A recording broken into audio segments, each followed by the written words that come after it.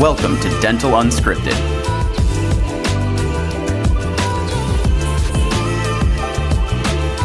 Where Mike Dinzio and Paula Quinn break down the practice ownership journey, one episode at a time. Starting up, buying, and running a successful dental practice.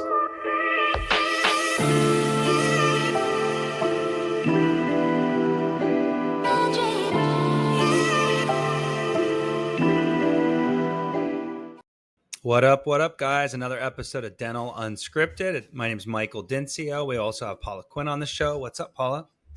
Hey, what's up? We are rolling today. I think this is episode 3. So it is podcast day, and Steven knows all about that. You mean episode 3 for the day? For the day. We're on episode 3 for the day. And Steven knows all about that. We'll introduce Steven here in a second. But we're super excited to have this episode as we're interviewing and talking to Dental Intelligence, one of the OGs of DI, Vice President of Business Development, happens to be the podcast star of the Growth in Dentistry podcast. So if you're trying to check them out, Paul and I were just on the show. So check out episode what, Steven? What episode? That's a guy. Like 472 with Michael and Paula.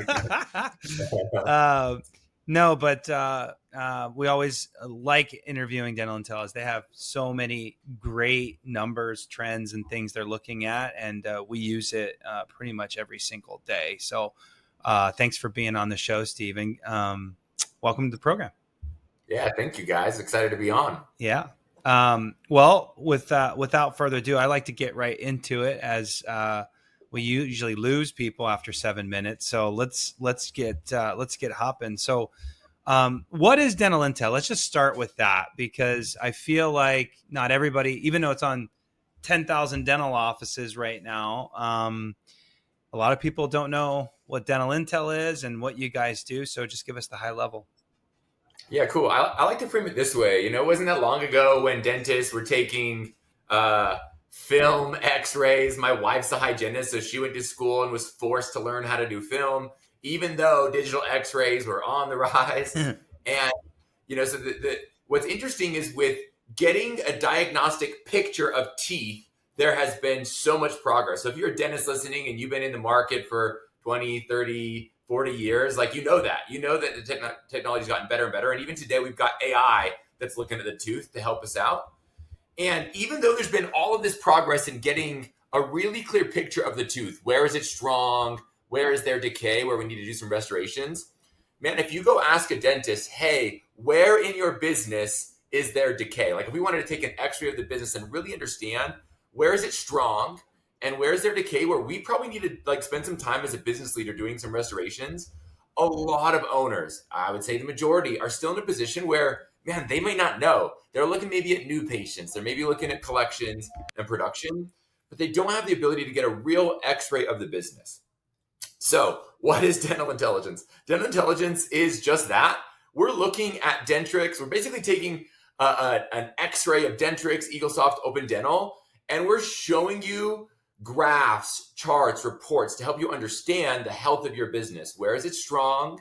And then where might we want to go spend some time doing some restorations so that you can take the best care of your patients and your team and your business profits as well.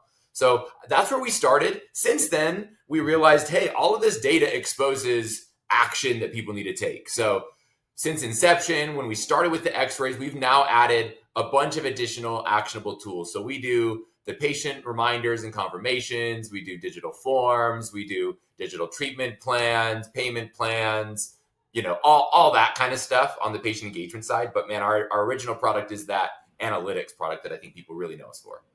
Yeah. Why? Like, I do get sometimes like, well, can I get that in the dental software?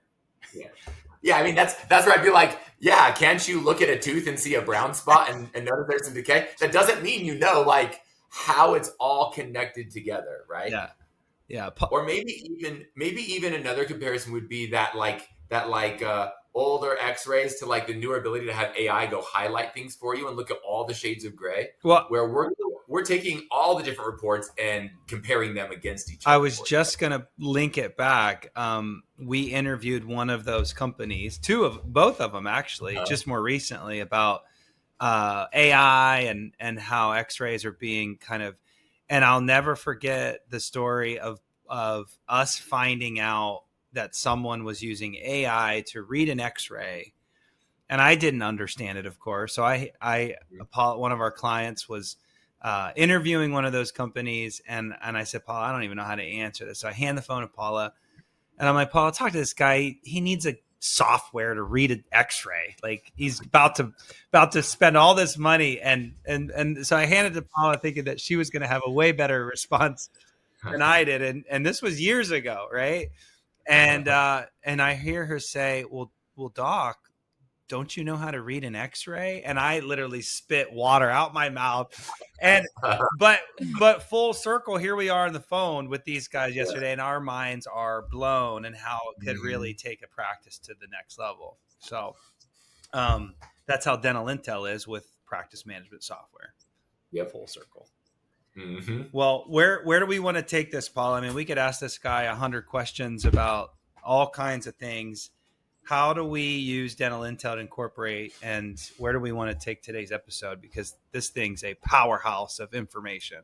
It is. I know I could go on 100 tangents, so you have to watch my episode on their episode. Yeah. I think probably one of the biggest things is, obviously, being a coach, I do see pitfalls, but you all get the luxury of 10,000 practices or more and seeing those pitfalls. So, I've got my thoughts behind it and what I see in the trends, and they're probably not too far off, but I'd love to hear your perspective of, what are some of those pitfalls that you really see in practices with collecting this data?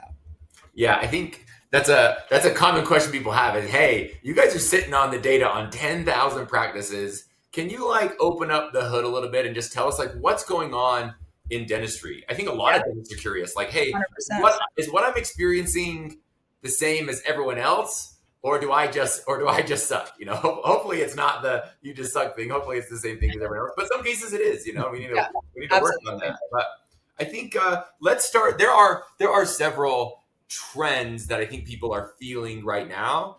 The first one I'll share is this. So one of the things I look at is how successful are we in the average dental practice at growing our patient base year over year? And the last several years, we have flattened out, meaning the average practice last year, I think, grew by 2.1%. This last year was 1.8%. So for every, 1,000 patients you have, active patients, you're only adding 10 or 20. Which you just don't feel. You don't feel that in the schedule at all across a whole year. And so then the question becomes, well, why? Why is practice growth flat? I'll tell you, it's not because they're not getting any new patients. That's happening. So new patients isn't necessarily flat? No, new patients is pretty normal. That's happening standard. In fact, there's an increased demand for things like Invisalign now more than ever. And so some of those marketing campaigns are working exceptionally well in comparison to the past, but we're still sitting there flat. Now, coming out of COVID, there was a ton of growth, and I think everyone knows why. There was a ton. Is that where you got to the 2.1 and now we're back down to 1.8? It's even flatter than it was. Exactly. Yeah, exactly. But after COVID, there's a ton of patients that fell off everyone's calendar. So there was for sure a land grab of hey, we can go grab a bunch of patients. That just doesn't exist today. So it's a more competitive market. People are more stable in their job. There's not as much movement. But really what I want to highlight are some of the actual trends that are causing this flatness in our patient growth. So one of those is cancellations and no-shows. I mean, Michael and Paul, I don't know if you guys want to speak to what you're seeing with your clients, but I'm seeing, before COVID. Hey guys, Mike Dencio here with Dental Unscripted. Just reminding you guys that, hey, the full episode is over at Dental Unscripted. You might be listening and actively listening to our other channels, but I want to make sure you get over to our new channel that we're condensing and consolidating everything into. It's called Dental Unscripted. You can catch it on Apple, Spotify, YouTube, whatever you're into. But I don't want you to miss any future releases. It's super important that you subscribe. So check that out right now. The entire vision of Dental Unscripted is to bring you guys practice management tips along with what we've been putting out with startup and acquisition tips, we're now getting a lot of you guys that own practices, and there's a lot to tell you guys about as it relates to owning and running and managing your first time owning a practice. So again, thank you so much for being a part of the program. I've been doing this, since COVID, almost 5 years now, and we love it. It's a passion of ours. We feel like it's a way for us to give back. And anyways, I would hate for you guys to miss out on any future episodes. So if you're into this episode and don't want to miss any others, jump over to Dental Unscripted, and we'll see you over there. All right, guys, take care. Bye-bye.